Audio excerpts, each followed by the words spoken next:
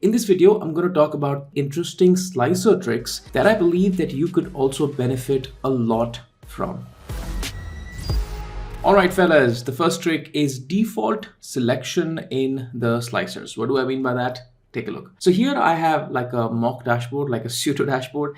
It's not even close to a dashboard, but please take a look. So we have like a chart here and a card visual here. And on the left, we have a slicer. The slicer has been built off the calendar table. Currently, I have the year and the month in the slicer. Now, let's say, for example, the report goes through a refresh. The next month, the April data kicks in. And at the moment, right now, we have set the month to be March. But you would want the dashboard to auto-update to the month of April on the next refresh. How is that going to be possible? Well, what you can do is you can set up a clever trick and make sure that the refresh date is actually selected in the slicer by default. I'm going to give you a rough idea as to how do you make it work.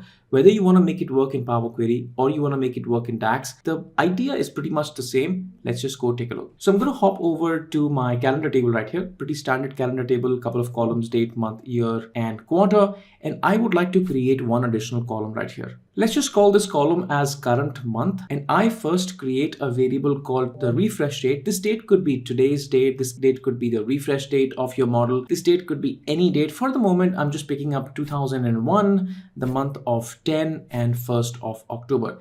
That's what I'm picking at the moment. Now, since I want that date to be formatted in only the year and the month format, I have used a very simple format function right here. And I'm actually formatting the refresh date in MMM and YY format order. Finally, I build a very simple check. In that check, all that I'm saying is that, hey, why don't you pick up this particular date? And for this particular date, you do the same formatting, month and year. And why don't you just check if that is equals to the format of the current date, the refresh date or not. If both the formats are matching, that means that we would like to be able to apply that month as default selected slicer. And finally, I write the return statement. And after the return statement, I say that, hey, if this particular check, that means the current date and the refresh a month year is the same, then I would like to mark that as the current month. Otherwise, just give me the month column, which is this particular column. That's pretty much about it. Press enter and we are good to go. All right, I'm back on my slicer and that's where I have the year and the month. But hey, this time from the slicer visual that we have,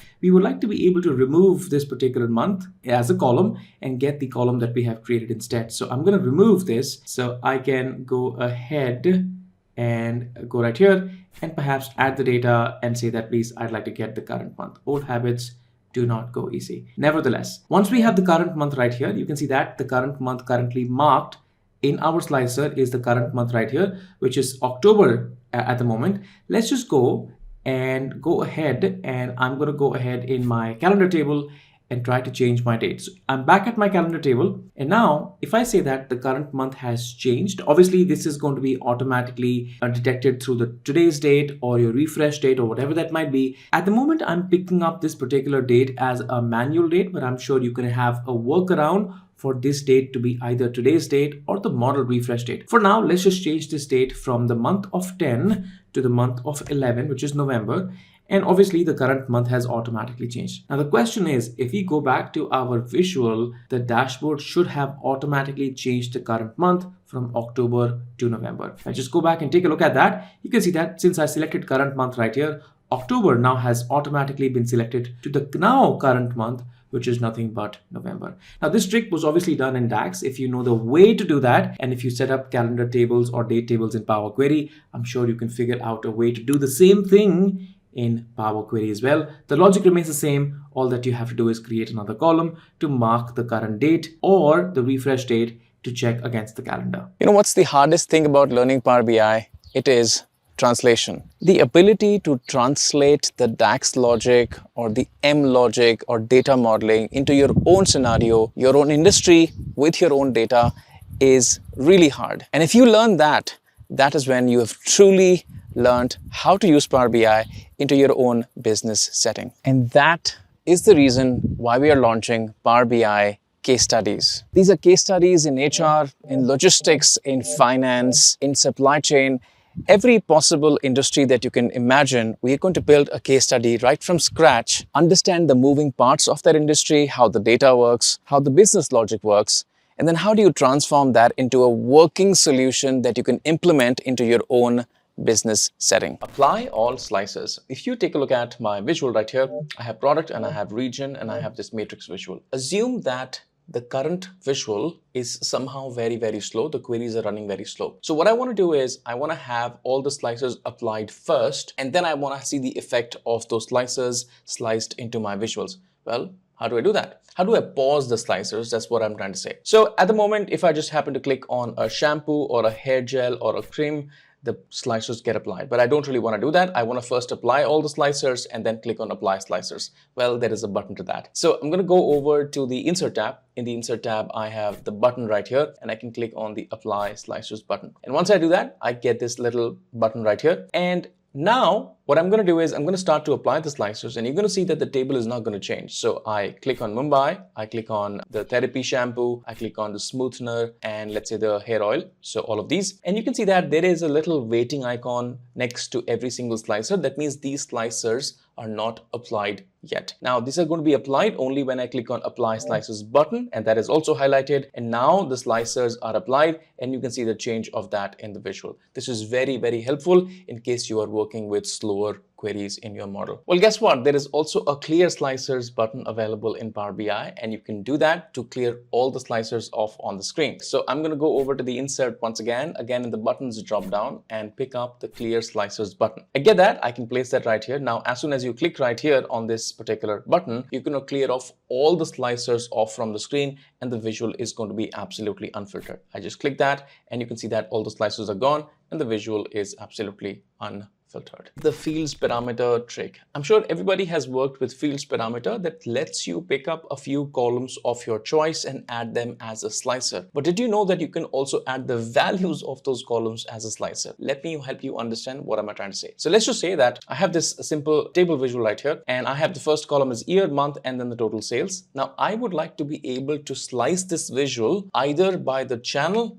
or by the region. Both of these columns are there in my sales table. So if I just go take a look at my sales table, my region and my channel are two columns of my choice that I would like to place it as a slicer, and that should appear in the slicer. So to do that, I can obviously use something like a fields parameter. So in the insert tab, in the modeling tab, I'm going to go to the new parameter and I'll say fields parameter. And this is just going to be ask me to give a column name or a table name. That's what I have done, and choose the columns that I would want. So the first column of my choice is channel. The second column of my choice is region. I do that, add a slicer to this page, click on OK, and a slicer, obviously gigantic one, is added to the page, and I can push that off right here. Now obviously if I just happen to click, nothing is going to happen because this slicer is not there in the visual. So let's just add that. So I can just add the column slicer off to the visual right here, and I can see all the regions if I happen to click on region, or if I click on the channel. This is the standard stuff that everybody knows about. Now, I would want to now add a secondary slicer, which is where I want to take a look at the values of those channels underneath here in the slicer. Well, you can do that. So I can just click on the slicer and Control-C, Control-V. And now I can change the properties of the slicer, right click on the columns, and I can say that, hey, instead of the choice between the two columns, which is channel or the region, I would want to have the choice between the values of those columns. So I can say show values of the selected field, click on that. Now it is showing me the values in the channel column or the values in the region column, and I can further filter down the values like that. This is pretty damn awesome.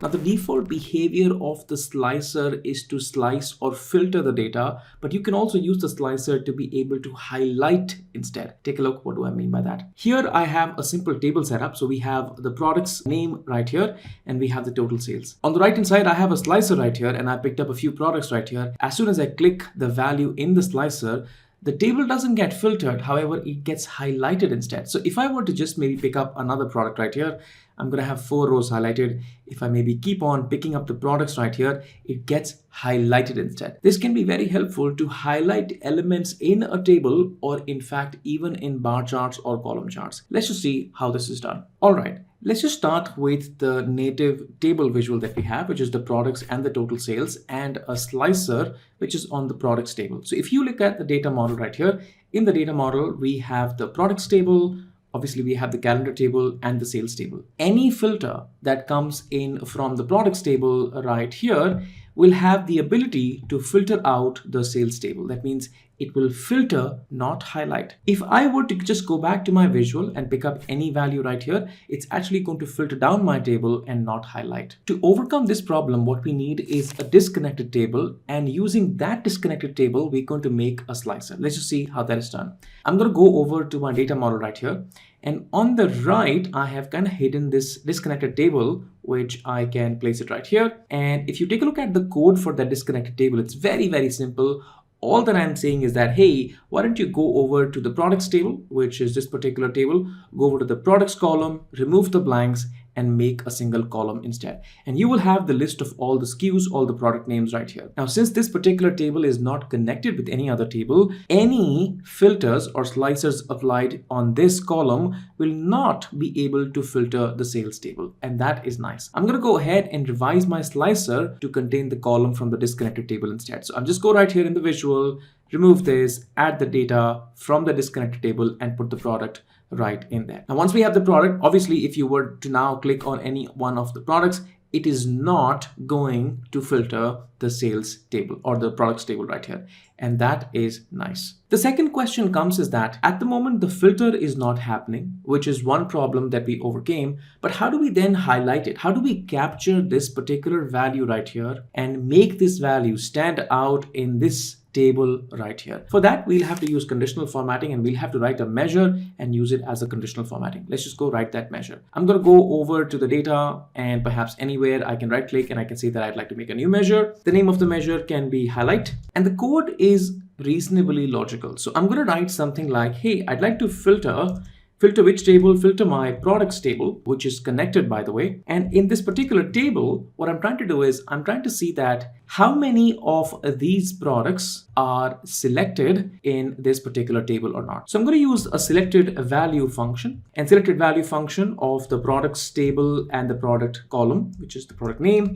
So essentially what I'm trying to do is I'm trying to check that if this particular product in the current filter context, the current selected product, is that anywhere in the selected products in the slicer or not? And for that, I'm going to use a very simple in function, and I'm going to say, hey, why don't you check all the products which are there in this particular table, the disconnected table this time. So products disconnected and the products, and that is pretty good to go. Now, at the moment, if you take a look, I just cannot return this measure in the table right here, because filter function returns a table, and you can't really have a table in the measure. So I'm going to maybe wrap this around in the count rows function. I'll say, hey, why don't you count the number of rows in the formula that is returned by this function, close the bracket and press enter. At the moment, if I return the measure over to my visual, I'm going to get something like this. Every product that happens to be selected in the slicer is marked with 1. That means, yes, the products table is left with just one row of data if this particular bike wash dissolver is selected. Again, in this particular filter context, the products table is left with one row of data if this particular value is selected. So that's pretty easy to do. At the moment, I can just make a very simple condition, and the condition is something like this. Why don't we check? So let's just give this a variable. So variable is going to be check, and I am going to say something like, hey, does the check contain any more than one rows of table or not? If that contains any more than one rows of table, I can use a color to highlight. So I can say something like return, and I can say, hey, if the check is greater than equal to a 1, in that case, why don't you just do something like an orange color? Else don't do any color. Press enter, and this formula is already dragged. At the moment, I get the text as orange, but I don't want the text as orange. However, I would want the color as orange. I can remove this highlight from the visual right here and instead use the highlight in the conditional formatting. I'm going to go over to the format. In the format, I'm going to go over to cell elements. In cell elements, I will activate the background color for total sales, activate that, and here I'm going to use the FX to apply the color. So total sales is going to be applied with a field value, and the field value is nothing but highlight. I will check out that, click on OK, and that gets highlighted, but I'd like to highlight the entire row. So I need to pick up the second field as well. And again, I will switch that over to the name of the product, which is the first column right here. I'm going to activate the background color, again, go over to the field values, pick up the highlight measure that I've written, click on OK, and that is highlighted. Now, if you were to pick up any particular value right here, or even multiple values, they get highlighted instead. The same technique can be used to highlight the bars of the bar chart or the column charts as well.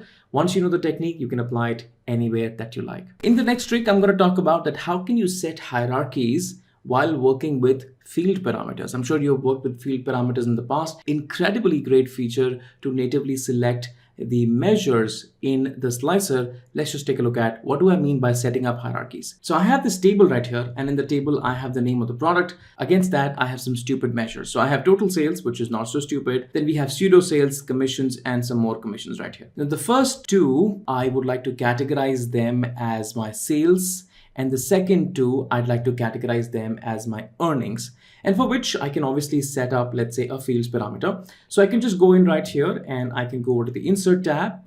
Modeling tab. In the modeling tab, I can click on new parameter and I can click on the fields parameter. In the fields parameter, I can say that, hey, my parameter is going to be my KPI. That is the name. And I can pick up all the 4 measures right here. Once you've picked up all the 4 names, total sales, these are my measures, total sales, pseudo sales, commissions, and more commission, I can obviously check on add the slicer to the page and click on create. And that is going to create a little slicer right here, which I can place it anywhere. Once we have placed the slicer on the page, for the slicer to have effect on this table, what we need to do is obviously pick up the element of the slicer and put that in the table. So for now, if I just go to the table, I have all of these 4 measures, which I can remove from here. And instead I can have the KPI that I have created, which is nothing but the table. I can just place that table right here. Now that is nothing significant. I'm sure you know how to do that. And now the slicer takes an effect on the table. But what instead I would like to show you, that in case I need to mark the first 2 measures as like in a folder or something,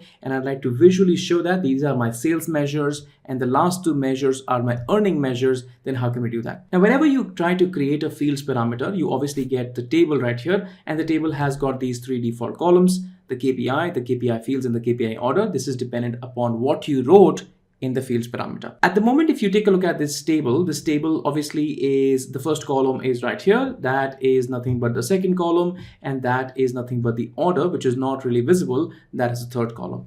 Now, nobody is stopping you from creating more columns in the table that we can instead use in the slicer. So if I were to just go ahead after the comma and say that this is nothing but my sales measure, and perhaps copy that to the second row as well, that is again my sales measure, that is nothing but my earnings measure, and I can copy that, and that can also again be my earning measure. Now, as soon as I do that, you can see that we have a value 4 created, which obviously we can rename that to a tag, and now that tag can be used to categorize slicers further. I can just go over to my visual. In the KPI, I can have like a hierarchy. I can just put that right here, and you're going to see that the tag is at the bottom, which I can bring it up on the top and put the KPI at the bottom, and that is done. And you can see that now we have earning, and within earning we have the commission and more commission, and in the sales we have pseudo sales and the total sales. And I can pick up anything to display that in my table, and that is a nice way to categorize your KPIs in case you'd like to show them in a certain hierarchy or in a more